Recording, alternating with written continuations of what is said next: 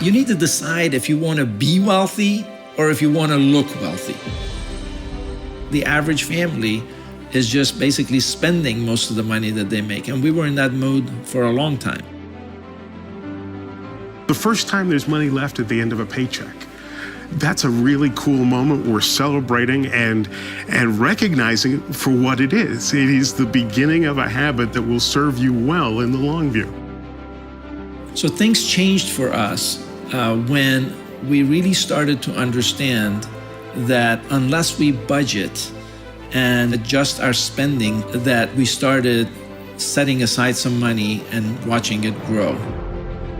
And now that we don't have the debt, it's amazing how fast the net worth is going up per month. We saw from having had credit cards that compound interest can hurt you quickly, but it started to look really sweet when you saw what compound interest could do for even modest savings. Changing our family tree, it means a lot to me just because I think about leaving a legacy. Every generation should get better, should get smarter, should get stronger. And that's what our whole goal and our whole plan is. I keep on going back to the word hope. It just re-energized me every month to be able to see, okay, we're doing it. It's that baby steps, plodding up a mountain that we can look back and we can see that we actually are getting somewhere. To get to financial independence, the long view really matters. So at the end of the day, what is a priority for you? If you truly want to be wealthy, you want to get out of debt, and you want to build wealth, and you want to be a millionaire, yes, you can do it.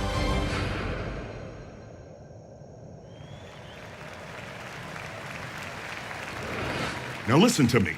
Up until now, you all have been doing one thing at a time. Baby step 1 was $1,000. Baby step 2 was to attack your debt with a debt snowball. Baby step 3, which I just told you, was building up your fully funded emergency fund. One thing at a time. Because in society today, we don't know how to focus. People are trying to do 9 things at once. I'll never forget, I was driving to work. I saw a guy driving, eating a bowl of cereal while reading the newspaper. I got away from him so fast because he's a wreck about to happen. But so many of us are like that in our financial lives, where we're trying to do all of these things at once and you get frustrated when you're not making progress. So let's focus. And up until now, you've been doing things one step at a time. But guess what? When you get to here, baby steps 4, 5, and 6 are all done together. And it's a great opportunity for you to really start to move forward. So baby step 4 is to invest 15% of your income for retirement. 15%. This is the focus. And I'm gonna tell you something. I've had a great opportunity with this new book coming out, Everyday Millionaires, How Ordinary People Built Extraordinary Wealth and How You Can Too. We did the largest research study that's ever been done. Talked to over 10,000 millionaires. Can I tell you all something? Probably ain't supposed to tell you, but I'm gonna tell you. Look at me, okay? You know the number one tool they used to build wealth was their 401k. Just like the one you have at your office. That was the number one tool they used. That meant they invested consistently over time. You see, looking at this and you start to pull back and you realize, hold on, there has to be something to it. If over 10,000 millionaires use this tool, the 401k, the same tool you have available to use, that means it works, my friends. And so you look at this, and in this research study, we had a chance to uncover a lot of lies and a whole lot of myths. Okay? Like the one about the inheritance, that you had to inherit money. That's a myth. No, you don't. People were building wealth themselves over time. And here's what I figured out about myths. If you hear them loud enough, long enough, we start to believe them. Like this one, Bigfoot. Now, y'all know Bigfoot doesn't exist, okay? I mean, seriously, we all have cameras and phones. We would have found photos by now, right? What about UFOs? I don't know about that one, okay? Because I've seen some crop circles and stuff. I don't know, right? The reality is we can't buy into myths. What we need to do is know the truth. And you start to walk through this and you start to see things a little bit different. You can understand it. You see, if you don't save for retirement, you're not gonna have any money to spend. See, the government's not gonna take care of you. And somebody told me, Chris, you don't understand, Social Security is gonna take care of me. I'm like, you don't know the math. That's called social insecurity. On average, the payout's based around $17,000 a year. Like that's gonna be enough to live dreams on? No. And I dug into the research for the book Retire Inspired, and I really had a heart. I wanted America to wake up. I was talking to a lot of people that wish they could have gone back and changed some things. And they would tell me, Chris, nobody ever told me, or I thought it would be different. And I'm like, okay, I wanna dig into this. So you know the top 2 fears I found out about retirement? Number 1, as you can imagine, it was fear of running out of money. But the second fear shocked me, my friends. It shocked me. It was fear of becoming a burden. And I thought about that and I went, a burden? I've never heard this before. But the reality is that if you can't take care of yourself, it's gonna fall to family and friends to take care of you. And I thought about with my 3 boys, my job as a daddy is to be a blessing, not a burden. Like I wouldn't wanna do that to them. And then I thought, now I do have a sense of humor. I'm gonna harass them when I get old, okay? No, I am. You know how many of you all have pulled up to the garage and had to get out and move something? A bike or something, right? Skateboard. Here's what I'm gonna do. Don't tell them. When I get old, I ain't even gonna need it. I'm gonna rent 3 walkers, okay? Yeah, they've moved out. I'm gonna take them over to their house and put it out in their driveway. I am. They're gonna have to get out and go move something just like Daddy did, right? Yeah, I walk through my house turning off lights and mumbling. How many of y'all do that? And you know why? Because kids don't pay electric bills, right? Yeah, so here's what I'm gonna do. I'm gonna install a clapper in all 3 of their houses. I'm just gonna wake up and clap and turn on every light they got. Yeah, they eat up my food. Listen to me, they leave stuff on the floor. I stepped on a Lego. The sound I made sounded like Michael Jackson and a dog screaming together, okay? I went down like I was shot, right? Yeah, it was one of them big Legos too. I was like, what are you building, a condo? Like, build something small, right? I canceled my alarm system. I just spread out Legos around the house now. Yeah, saved me $50 a month right there, right? And you know how kids act up when you have company over? Oh, I can't wait for them to have a house party. When I'm old, I'm gonna pull up in the back. They're not even gonna hear me. I'm gonna strip down, put on the Depends, and walk out in the middle of the park, right? Hey, don't visualize that, you'll burn your eyes out.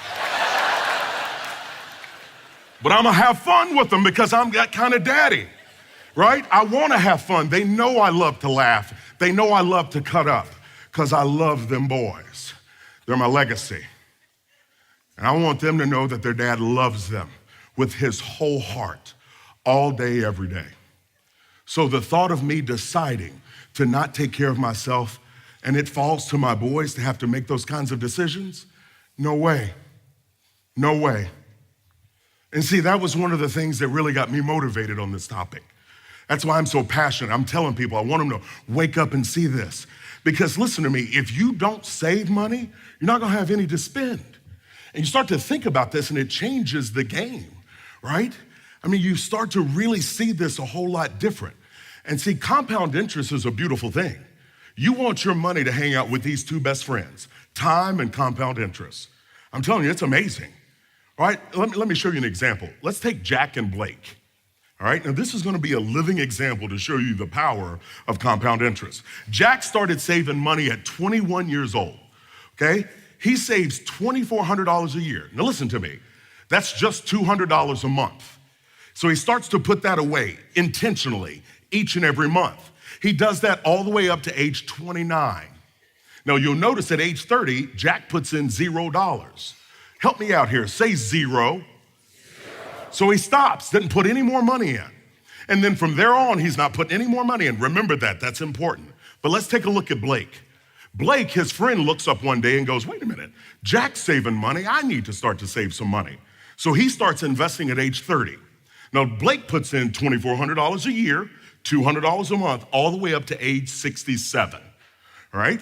Now, let's fast forward to the end of the story to age 67 and see how it turns out. You see, Jack has put in $21,600 and ends up with over $2.5 million. But you look at it, Blake, on the other hand, who put in $91,200, ends up with only $1.4 million. The guy that put in $90,000 later ends up with $1 million less than the guy who put in $20,000 earlier. Listen to me. Blake never caught up. See, this is what happens when you start early. Now, some of you are sitting there and you're like, Chris, okay, I'm not 19 or 20. You're a little late, buddy. What am I supposed to do? Hold on a minute. See, once you get yourself out of debt and you build up an emergency fund, you can start right where you are. Don't think back and have regret of what you didn't do. Let's not waste any more time. We've got an incredible opportunity. And I'm asked all the time, people say, well, Chris, how do you become a millionaire? I'm like, listen, it's math. We got to learn how to count again. $150 a month from age 25 to age 65, if you invested, gets you to $1.3 million. Now, some of you are thinking, well, $150 a month, Chris, I don't know where to find that. Yes, you do. The fancy coffee shops, pizza, eating out. I coached a family that was spending $3,000 a month eating out. I know, I looked at them, I said, do y'all have a stove? Like, do you have, it's just an empty space in the house, right? Eating out all the time, they weren't thinking. And my boys, they had allergies several years ago, and so I decided to buy this. I'd heard about this milk. Some people at work had told me, Chris, if you go, y'all got Whole Foods around here? Okay, or as I call it, whole paycheck? Yeah, because I went in to get this special milk, and I took my oldest son with me. He goes over to the cooler. I said, yeah, Ty, grab 2 of them. He grabbed 2, he goes, whoa! I said, what happened? My wallet twitched in my back pocket. I was like, what happened? Something happened. He goes, Dad, this milk's almost $7 a gallon. And so I realized I had to be careful how I talked to him because he was holding both of them. I did. I calmed way down. I said, son, listen to your father. Put the liquid gold back inside the cooler. We don't need it. I said, go slow. Because y'all know I'm not spending $7 a gallon. I'm going to tell you right now, I'll buy a cow before I spend $7 a gallon. I'm like, boy, get under there. Get under there. Get that milk. Go on. Yeah. Get out of the way. It's your brother's turn. Get under there. Right? Have the strongest bones. Yeah. No, I'm not spending that. Right? But I'm telling you, when you start to think and you start to count, you look at stuff differently. Right? You start to figure out things and see, wait a minute. There's a way for me to be able to find money to save. Cable bills. Those things are hovering from $150 to $200 a month. Right? You start to look at this and you downgrade those things. Or landline phones. Cancel that. That'll save you $60 right there. Like, I didn't have any problem canceling our landline because the only people that called it was my mother-in-law. I'm just playing. I'm serious. So you start to think differently. You know why? Because you can find this money to be able to invest. And so I'm telling you, you don't get to live your dreams without a plan, my friends. And what we have to do is start to think differently and see things a little bit clearer. I'll never forget, I found a victim, a babysitter, to watch his boys, and we went out because I had to replace this dryer, right? And went out on a date night, and I walk into the store, the electronics store where the best deal was for the dryer, and there it was, an 85-inch super duper high def TV. I'd never seen a picture that clear, and football was on. I saw the grass blowing in the wind. I saw sweat about to come out of somebody's pore. That's how clear this TV was. And there was like 6 guys standing around it just looking at it, right? And I was like, this is amazing. So anyway, I go back and find the dryer and went out to the restaurant, and I was sitting there and I started thinking. I was trying to figure out, how do I get people to look at retirement different, right? And so it was the discussion of, how clear are you seeing your dreams? Like, I want you to see your dreams as clear as that 85-inch super duper high def TV. See, sometimes we just see them and they're fuzzy. These things down in your heart that you know you've always wanted to do.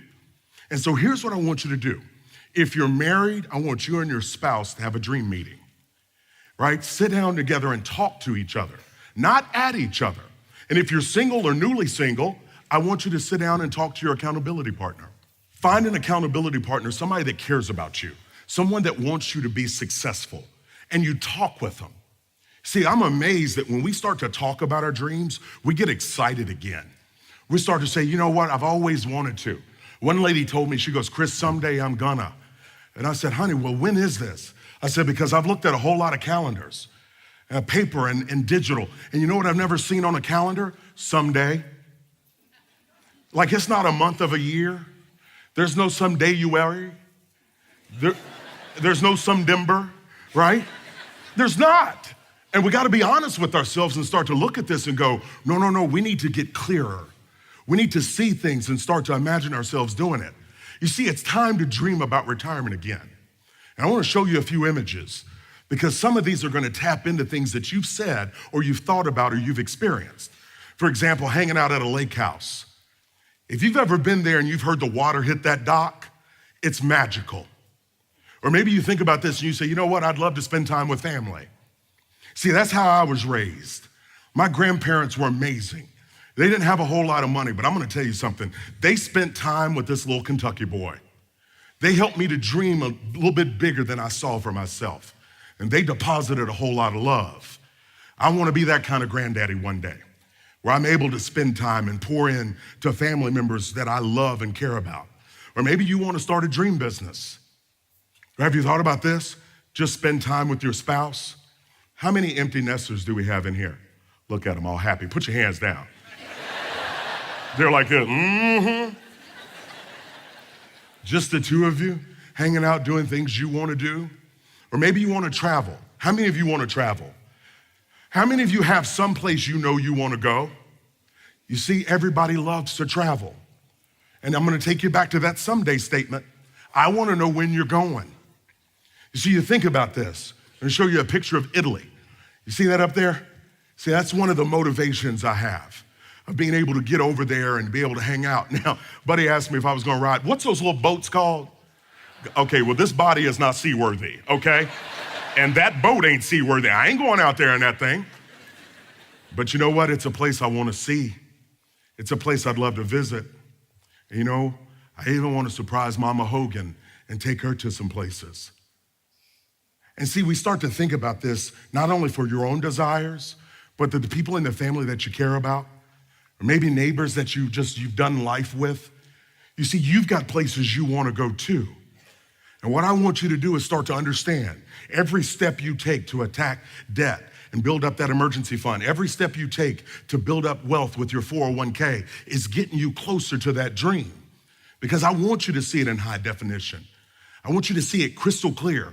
Even take some pictures and put them up in your closet or laminate them. Keep them with you. Keep your motivation, because I'm telling you, people accomplish things when they see it. Or maybe you've got a heart for a certain area and you'd love to go do mission work.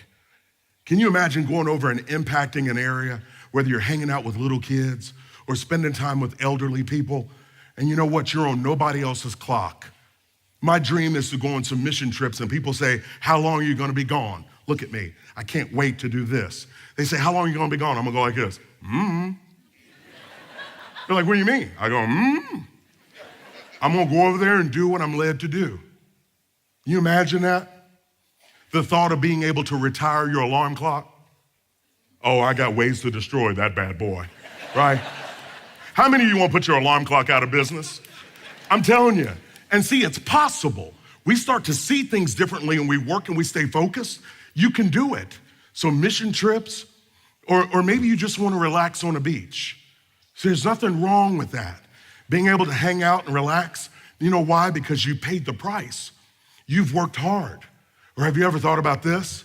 What about becoming an everyday millionaire? You see, you hit that goal, you could do all those things. See, it's possible for you. I had an opportunity to meet Condoleezza Rice several months ago at one of our leadership events, and this woman is remarkable, one of the most intelligent people I've ever met. Speaks 4 languages, former Secretary of State, provost at Stanford. This woman is very intelligent. I mean, her purse is smarter than me, okay? I mean, this woman's intelligent. But she was talking about where she grew up. She was raised in rural Alabama. And being a young black kid in rural Alabama, you can imagine she was called a whole lot of things outside of her name. But her parents told her this quote, I want you to see it. She goes, it doesn't matter where you've been, it matters where you're going. And some of us think, well, Chris, I didn't grow up in the right family, or I didn't have this opportunity, or I've had to battle this. And hey, you're not alone. We're all battling something. But the difference is that the people that are focused, the people that are intentional, they don't get left behind. They push forward. And that's what I want for you. I've been asked a lot, okay, well, how much am I gonna need to live my dream? And I'd sit down and work about 45 minutes through the numbers. And finally, I was talking with Dave and our developers, and we developed a free tool. It's called the RIQ, the Retire Inspired Quotient. It allows you to plug in some few data points to understand how much you're gonna need to live that dream. So you plug in how much you wanna live on per month, and how many years you plan to retire, and how much you have saved for retirement, and it'll show you your big number, but it takes it a step further, my friends. It'll show you how much you need to be investing right now to get to that dream. Now, this is a free tool. You can go to chrishogan360.com and get on there. Share it with friends. Share it with family members. Because I found when people are aware of what they're chasing, and more importantly, why it matters to them so much, they can keep track. We can keep score and know where we are in this process. You see, I've been hearing all these numbers. Did you all know 52% of American workers have less than $10,000 saved for retirement? Over half, hardworking, good people, less than $10,000 saved. And I told you, 8 out of 10 are living paycheck to paycheck. And you hear all these statistics, and you know what I figured out? We live in America, the greatest country on the planet, and we get to decide what we want for ourselves. And when we change our thinking and start to focus our effort, the numbers can change when people do. That means you start to look, your situation, where you are right now is not the end. You're at a position where you get to make some new decisions for yourself. When you invest 15% of your income over time and you stay focused, I want you to hear me. You can become an everyday millionaire. It's possible. You could be the first one ever in your family. But the opportunity you have to set this up and to change the game, listen to me, a dream without a plan is called a wish. And I want us to have dreams, but more importantly, I want us to have a plan. So I want you to know your dreams, I want you to know your numbers, but most importantly, I want you to know your plan. Remember, where you are now is the start point. We don't want to waste any more time.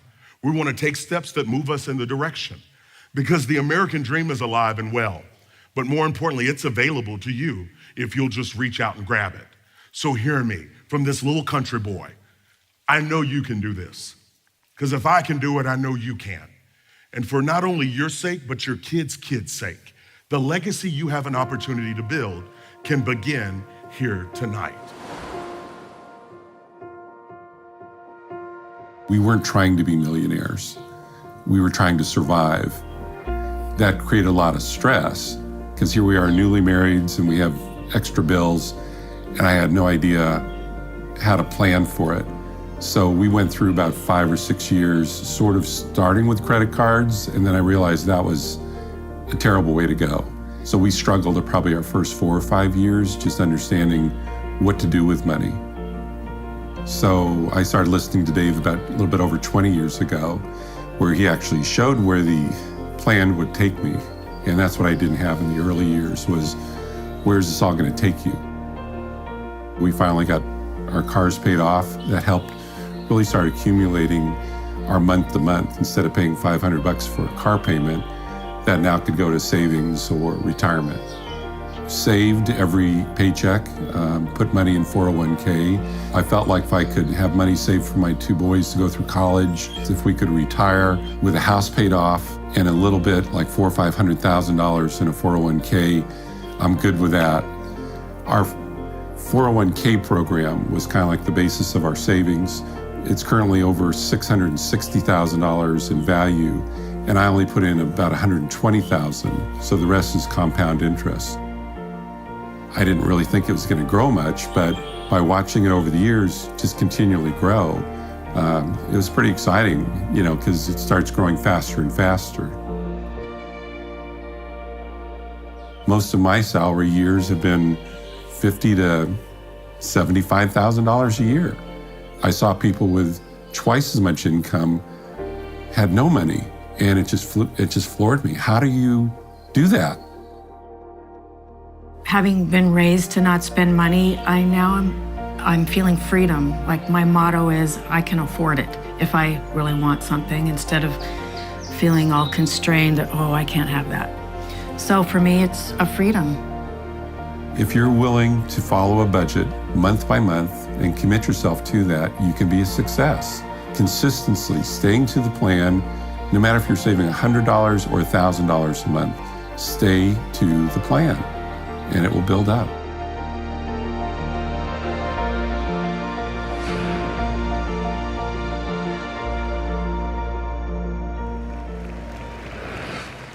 The next baby step is one of my favorites because it's going to set your kids up for an incredible financial future. And that is baby step 5, which is to save for your kids' college fund. Now, you're gonna do this after you save for retirement. Because here's the deal. Retirement is going to happen 100% of the time. Like, you're going to retire. Your kids may or may not go to college. And so you wanna make sure that you save for this first, because if you even look at the population in the US, only 1/3 have a college degree. So taking care of your retirement first does not make you a bad parent. It makes you responsible, because I want your kids to be able to go to college, but I do not want them to go into student loan debt. You guys, it is crazy out there today, isn't it? It's insane. People have believed this lie that you can't be a student without a student loan. And now that's resulted in $1.5 trillion owed in student loan debt. Trillion, like with a T. Like, I hear that, I'm like, this is absolutely crazy. Like, we've lost our minds when it comes to college because we've believed this lie that you have to have debt in order to go to school. I was speaking at a university a few years ago, and this guy came up to me at the end, and he was like, hey, Rachel, all you said, it was so great. I can't wait to apply everything you talked about, but I have a question for you. And I was like, yeah, sure, what's up? And he was like, well, I graduate in May, and I have some student loan debt. And I was like, oh, okay, well, how much do you have? $90,000. $90,000. I was like, And he kind of said it like, it's like, I think $90,000. And he kind of kept going. And I was like, oh, okay, hold the phone. $90,000. And he said, yeah, and my fiance, I'm getting married in May after we graduate, and she has some student loan debt too. And I was like, oh, how much does she have? $90,000.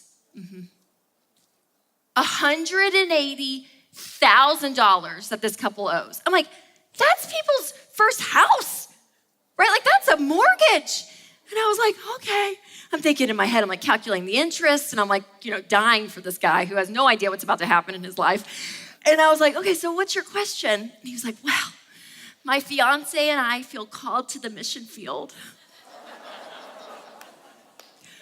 What do we do? And I was a little bit nicer than this, but I was like, what do? You can't go to the mission field. You have $180,000 that you're gonna have to start paying back in about 6 months. Yeah, that's just the principal. Like, that's not even the interest. Like, you have to go get a job. And I know you don't mind taking a small salary as a missionary, but financially, you don't have that option. You have to go work. And then I thought, where were your parents?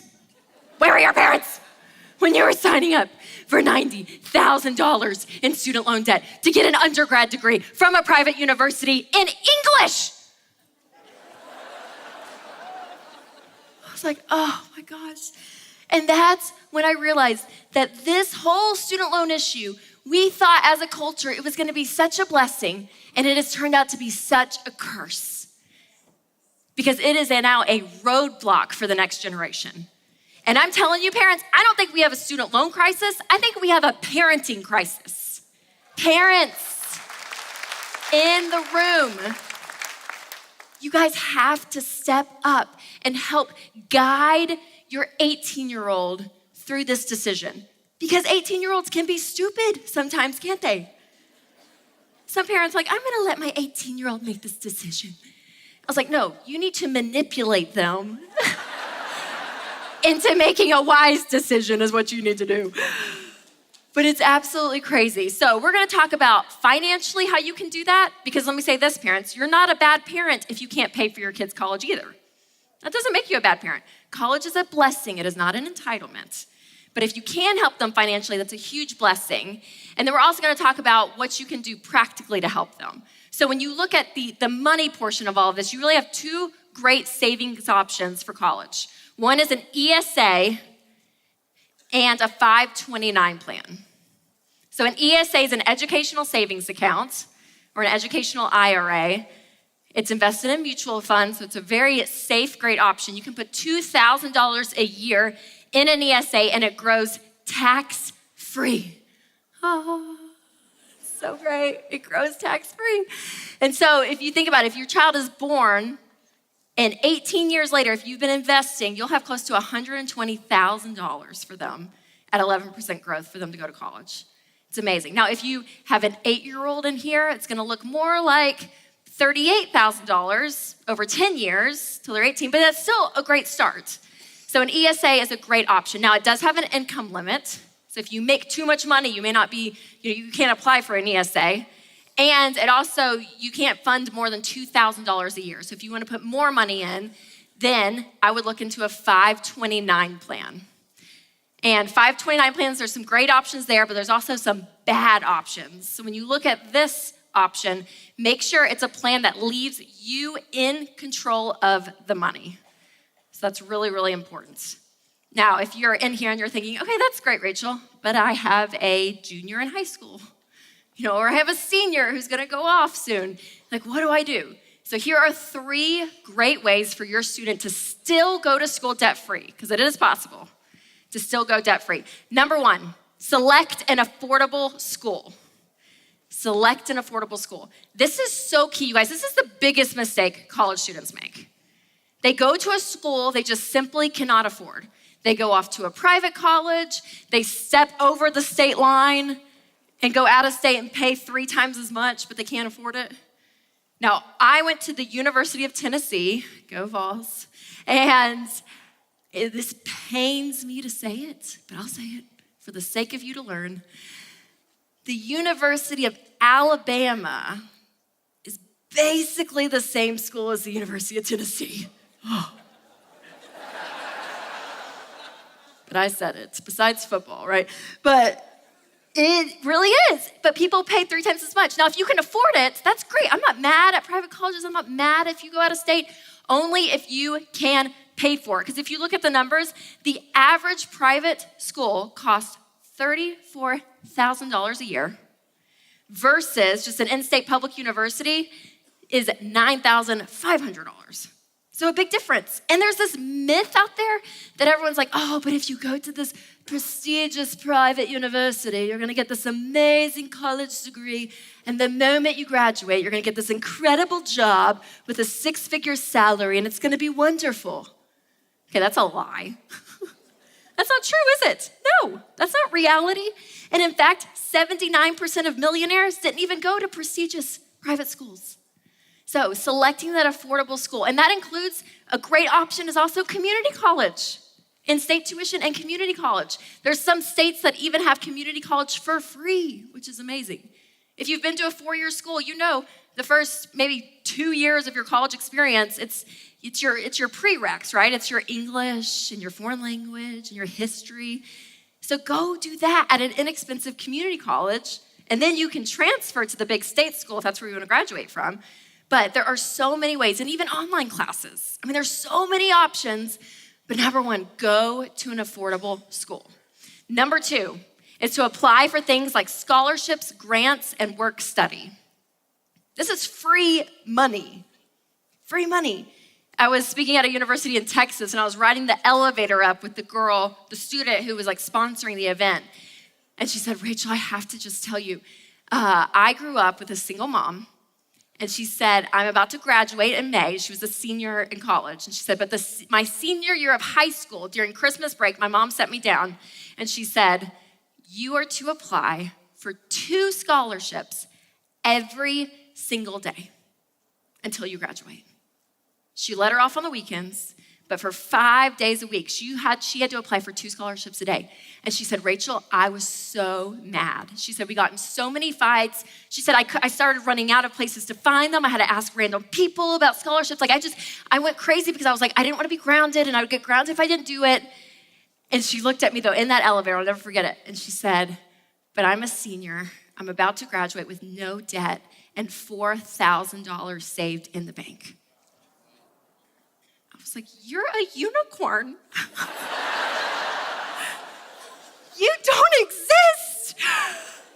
But I looked at her, I hugged her because I was like, you need to go home, give your mom this hug from me and from you.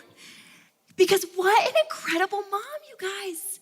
Stepping in, loving her well, even when it was hard, and she set that daughter up for the most amazing future. Absolutely incredible. And I talked to some students and they're like, well, it's just a $500 scholarship. Like, it's a drop in the bucket compared to my whole tuition. I'm like, it's gonna take you about 15 minutes to fill out that form. You make $500 in 15 minutes, sign me up. It's a great job, right? That's your part-time job. Make all the money you can, free money, scholarships and grants. And the third way to go to school debt-free, it's gonna be kind of a shock, so just stay with me. But get a job. How many of you worked while you were in school? When you're alive. It's amazing. And actually, studies show students that can work 20 hours a week can actually pay their way through an in-state school. Oh, but Rachel, my son wakes up every day and eats breakfast, goes to the library, goes to class, goes back to the library, eats lunch, goes back to class, goes back to the library, eats dinner, goes back to the library. He doesn't have time. He doesn't have time to work or his grades might slip. I'm like, little Johnny's probably not doing most of that, if we could just be honest. And yes, he does, because students that work 10 to 19 hours a week graduate with GPAs higher than students that don't work. Isn't that a shock? Like, yeah, because they can't sit on the couch and eat Doritos and watch reality TV all day. They actually have to have time management and they have to be productive. It's an incredible, incredible thing.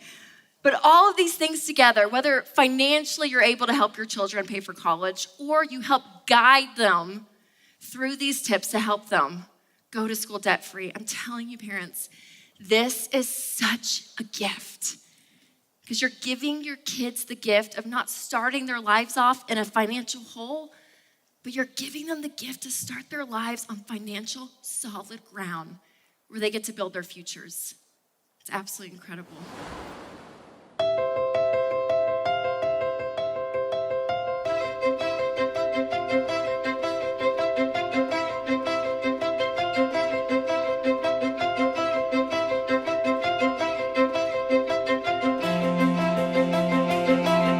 Hi, my name's Sam, and I graduated debt-free. It was a combination of my parents' sacrifices for me and my sisters to believe in our education, but also I worked as a resident assistant and summer jobs to pay for school.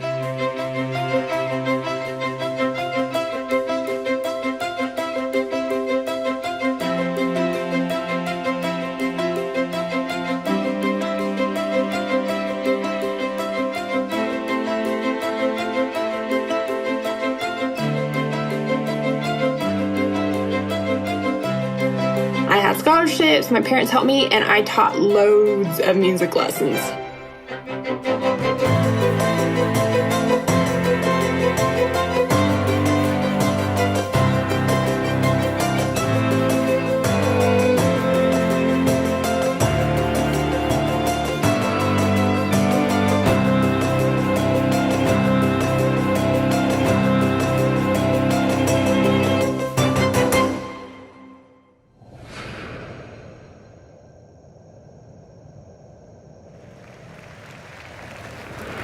So, baby step one's $1,000. Baby step two, debt snowball.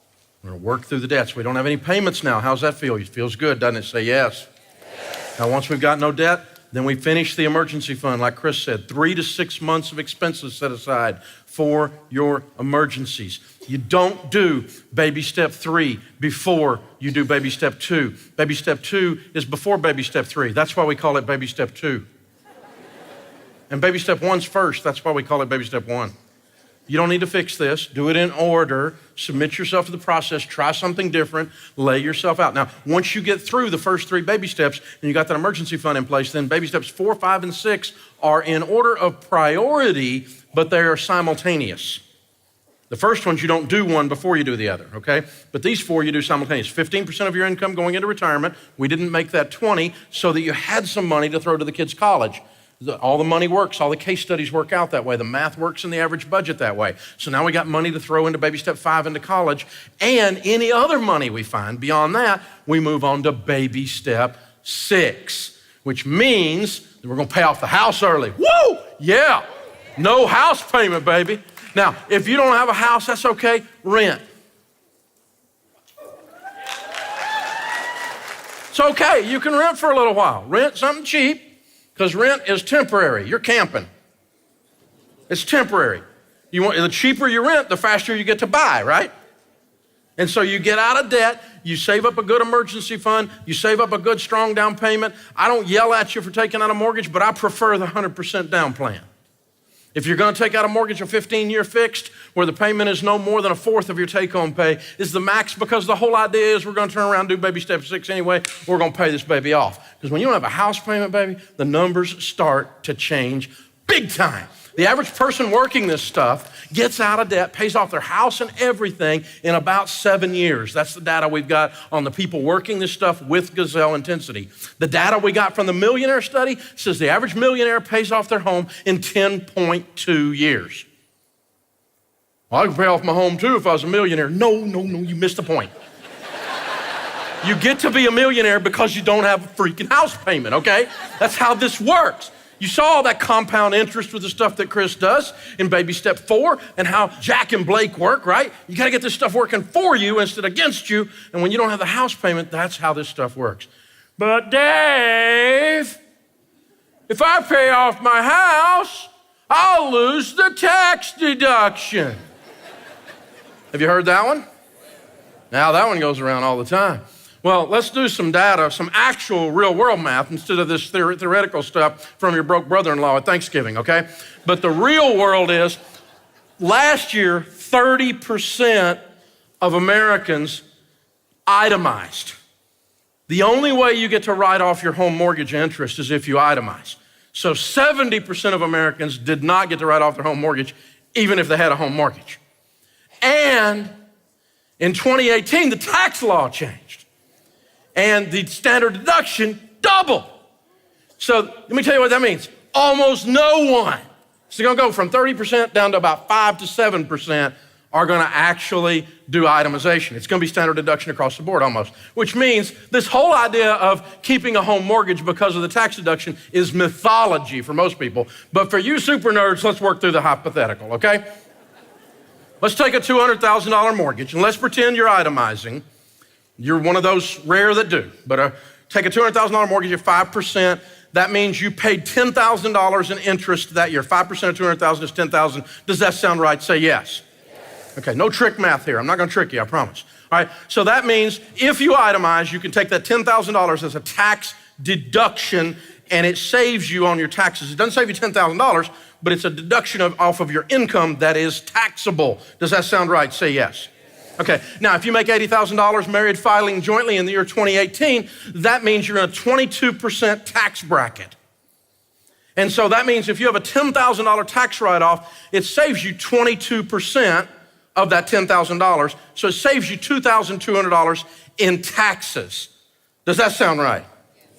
Okay, now that means that there's idiots out there, people out there saying that you need to send the mortgage company $10,000 to keep from sending the government $2,200.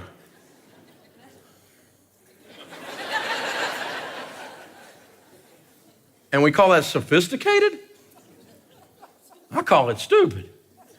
You know where I learned this? I got beat over the head with it. I was selling real estate in college in the hills of East Tennessee, and I sold this farmer a piece of ground. It was $90,000, and we were going to the closing table, and he comes in real overalls, the bib overalls, the real thing. And he reaches in the top of the bib overalls and put $90,000 on the table. And I said, oh, you don't want to do that, man. I said, your farm is a business. You can write off the interest. And I said, you need the tax deduction. You need to get a loan instead of paying cash for it. And he looks at me and he goes, you're in college, aren't you?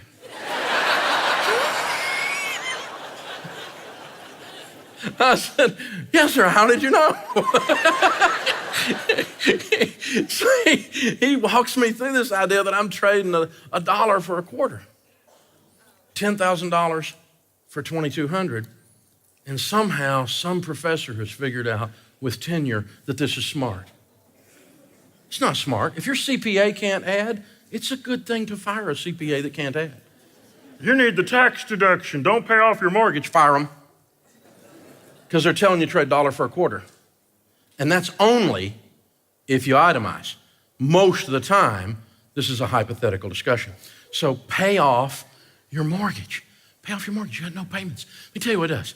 It sets you free. The borrower is slave to the lender.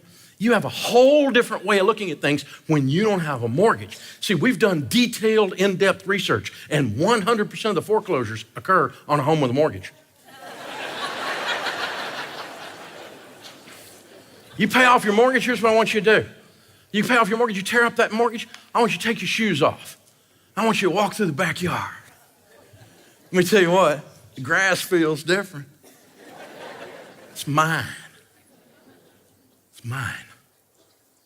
Never again, never again, never again is my family going to be in that situation. We're not going to be left vulnerable to those people ever again. I don't have a mortgage, nor will I ever have a house that has a mortgage, nor will I ever have a building or a piece of real estate that has a mortgage. I got a bunch of real estate, a bunch of houses, but I will never have a mortgage again. Because the grass feels different under your feet. It's the way to live. It changes everything, you guys. It changes your legacy. I mean, you just do these, $150 becomes $1 million. What does $2,500 a month that used to be a house payment become? Well, you can afford some new shoes, I can tell you that. And you can walk around in the backyard on that grass and say, I don't know if I can get them back on or not now.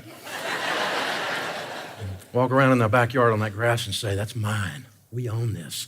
Never again are you going to threaten me and my family with our place to live. Never again are you going to hold me over a barrel.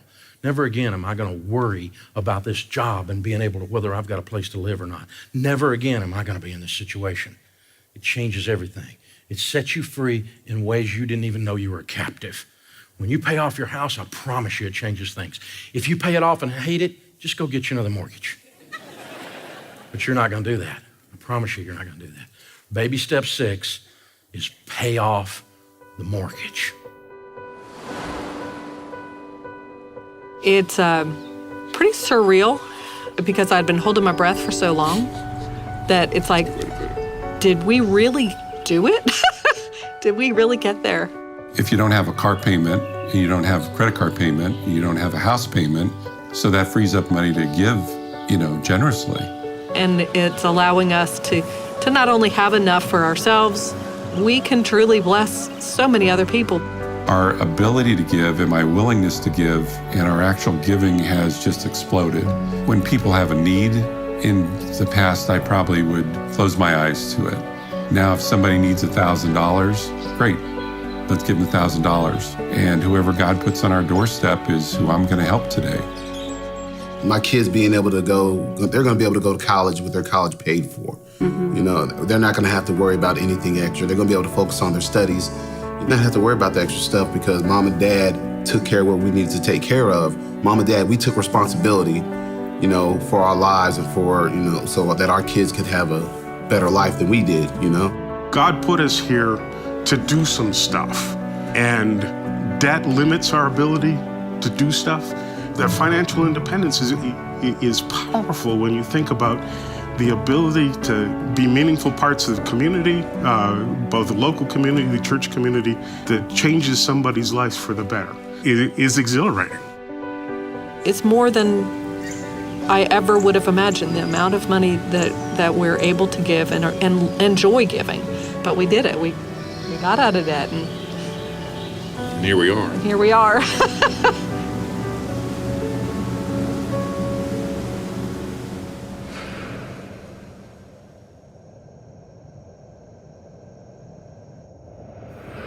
Baby step 7, now we're there.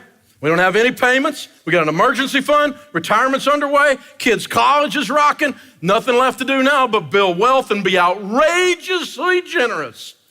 Outrageously generous. Let me tell you, it just changes everything. When you've got a couple $1 million, you know what $1,000 will do?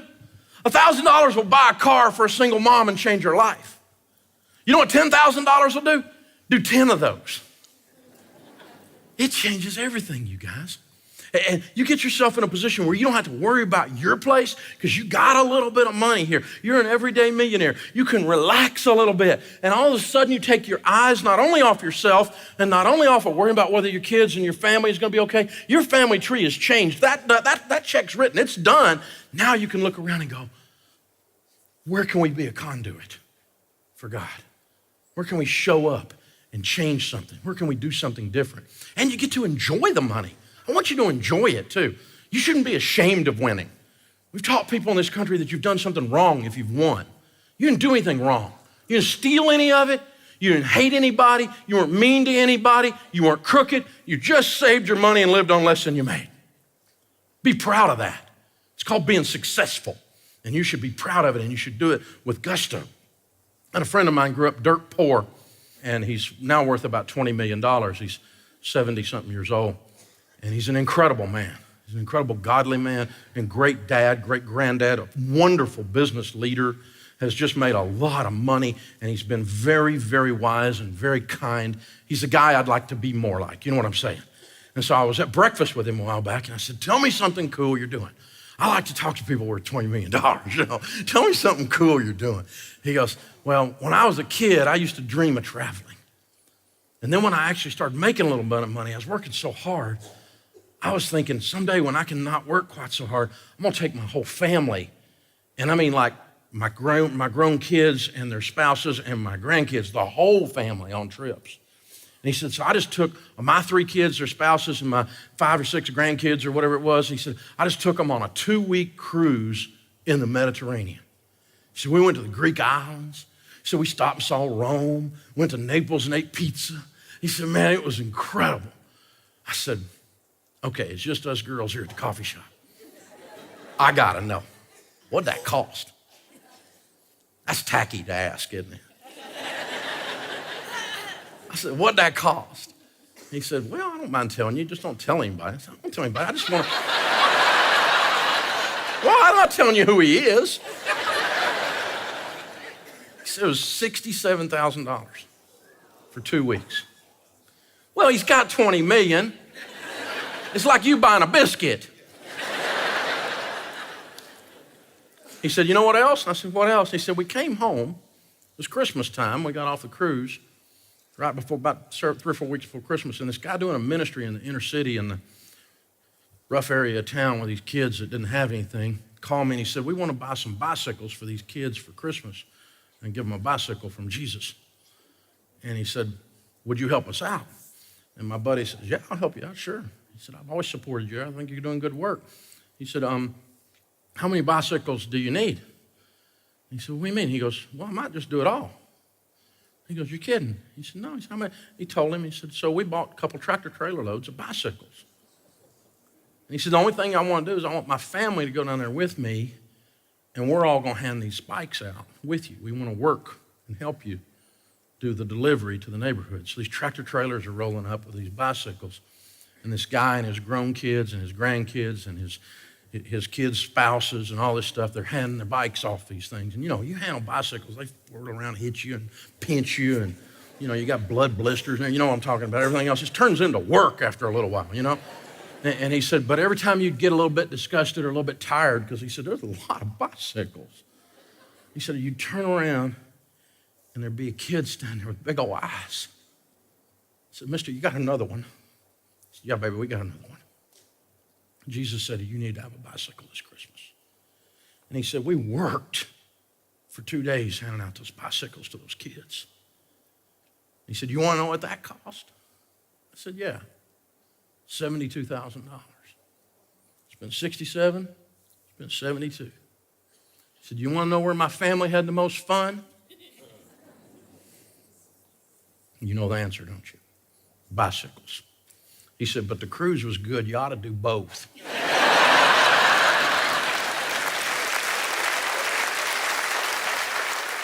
That's a position you want to put yourself in, where you can do something like that, and it's not a big decision. And some of you here will be able to do that exact kind of thing. It didn't change his life. $72,000 out of $20 million? That's interest for 2 months. It didn't change his life. And yet it changed his life. Because he puts you in a position where you just get to do that all the time. And the more you do it, it's the most fun you'll ever have with money, by the way. It is giving it.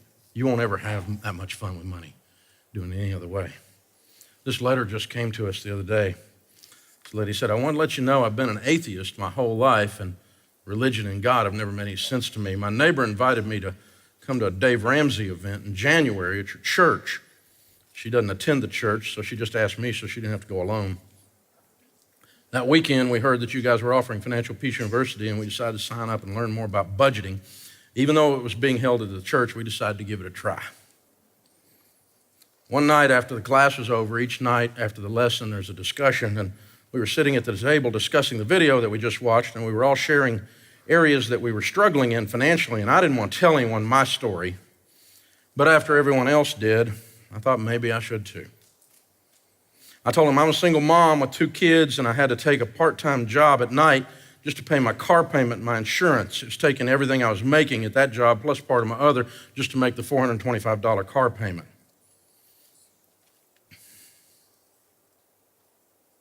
Once I told everyone that, there was a long pause. And that's when he did it. He reached in his pocket, he took a key off his key ring, and he threw it to me. He said, go sell your car and get rid of your payments. I'll bring you the title for that car next week. It's a 2013 Nissan Altima. He said, it's mine. I started to cry, and everybody else at the table started to cry. That's fun. The guy that sent this to me said, P.S. Susan was baptized into Christ this past weekend at our church.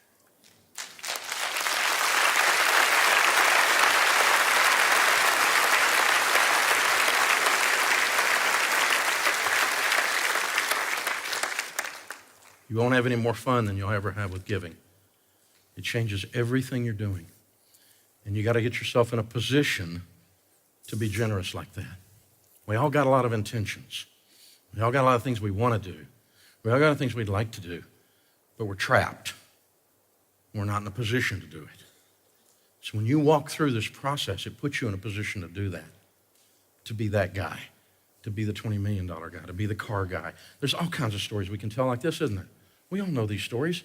They all inspire us to be better people. I want to be like those people.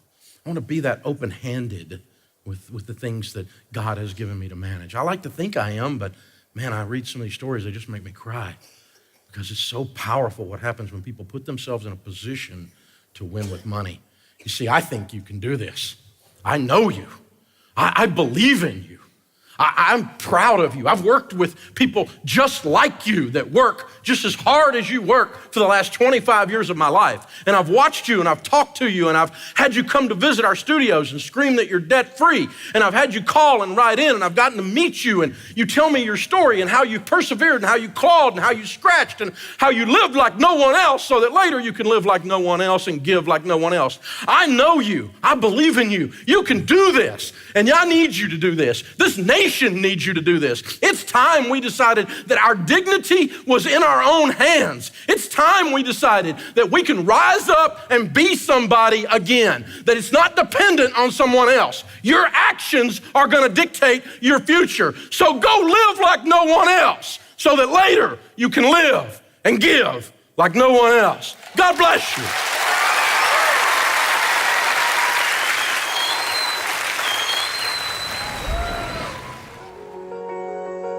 Most stories that have a happy ending don't feel like it along the way. You know, we had a tough time, but basically what came out of it was a lot of wisdom, a lot of lessons. You need to take care of money. You got to grab it and you've got to mold it. If I don't do that, it will mold me. It'll take over my life. Money is a tool, but it doesn't define me. My personal integrity defines me. You say no to the no's and yeses to the yeses, and you stay focused. You have to keep pushing yourself towards wanting to do it. And you have to have some kind of internal fire that makes you want to be better. Like every day I want to be a better person than I am. I want to be a better Michelle than I am. The whole point of learning this, beyond being able to handle our finances and beyond even the repair of our relationship, is to pass it on. It was just a small sacrifice to stick to the plan, to get out of debt and do better for myself and for my children. Knowing doesn't make a difference. It's doing that makes a difference. So you have to apply, you have to do the steps in order to make it happen in your life. Don't wait on anybody else to do it for you. The government isn't gonna help you. Nobody's coming in to help you. Do something about it. And don't do it tomorrow, do it today. Yes, it may be difficult and it may take you longer, but if you have a plan and you stick to it, you're gonna accomplish it. I mean, it's with anything. So now we can look back and say, it's over. And we have been able to reach and overcome that mountain in our lives to be able to see what's ahead. And what is ahead is greatness. The plan works at any income level. You know, if you do the right things with money, it makes a difference. It truly has been life-changing. It's not just financial. It truly is life-changing. We thought all we were doing was paying off the debt. And we saved our marriage. Saved the marriage, got out of debt, and built some wealth. The hard work and persistence. The tears, all of the frustration, all of the anger, is so worth it, because now there's just peace and joy and just have freedom. Freedom. Okay, we just came out of seeing all the baby steps, 1 through 7. These first 4 lessons lay out the whole plan for you and show you what to do. Now, you need to know, though, you're not done yet. Lessons 5 through 9 are all about life on the plan. You see, what wealthy people do is they don't just do the basic financial planning. They also have a good offense and a good defense. You've got to have both. Now, so in other words, you could do all this stuff 1 through 7 on the baby steps and make one big dumb mistake and lose everything because you didn't have a defense. Or not really turn the gas up, turn the heat up on your wealth building, and you miss out on the offense and don't build the wealth to the level you should. So you got the framework, the jet's off the ground, now we need to fly, okay? And that's what we're gonna do. So lesson 5 is all about wise spending. We're gonna fight off everything that's trying to get at your money so that you're confident and you're in control of your spending. Lesson 6 is insurance. Nobody likes insurance. Nobody likes talking about it. I don't like talking about it. It sounds boring, but let me tell you what, having the right coverage in place is everything as a defense to protect, and not buying a bunch of stuff that rips you off is a good defense as well. So we're gonna show you what you need and what you don't need, and you're gonna understand insurance maybe for the first time in your life. It'll be fun, I promise. Lesson 7 is all about investing. Now, you got a quick overview from Chris Hogan in Baby Step 4, but now it's time to deep dive into investing. This is offense. This is where you're gonna learn to build wealth so you can be an everyday millionaire and put yourself in a position that you can give like crazy.